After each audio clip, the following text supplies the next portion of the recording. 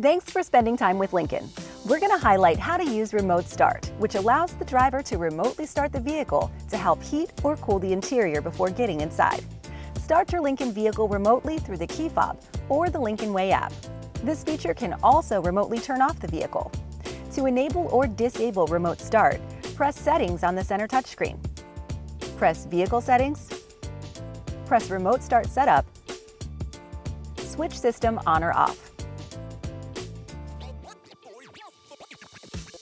To operate remote start through the key fob, press the lock button on the key fob. Within 3 seconds, press the button that shows 2 times on the key fob. Within 3 seconds, press it again. The turn signal lamps will flash twice and you will hear the vehicle start. The parking lamps turn on when the vehicle is running. An LED light on the key fob provides status feedback of remote start and stop commands. All other vehicle systems remain off and the vehicle remains secured once you remotely start the vehicle. A vehicle key must be inside your vehicle to turn on, then drive the vehicle. Once inside, the Driver Information Center will remind you to step on the brake and put the vehicle in gear in order to drive away.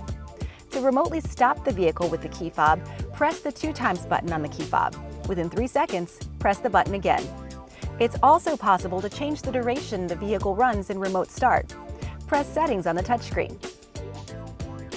Press Vehicle Settings. Press Remote Start Setup. Press Duration. Press the duration you prefer, 5, 10, or 15 minutes. To prevent the vehicle from turning off after a remote start, with the vehicle still running, press the lock button on the key fob. Within 3 seconds, press the button that shows 2 times on the key fob. Within 3 seconds, press it again. This will extend the runtime for another remote start duration.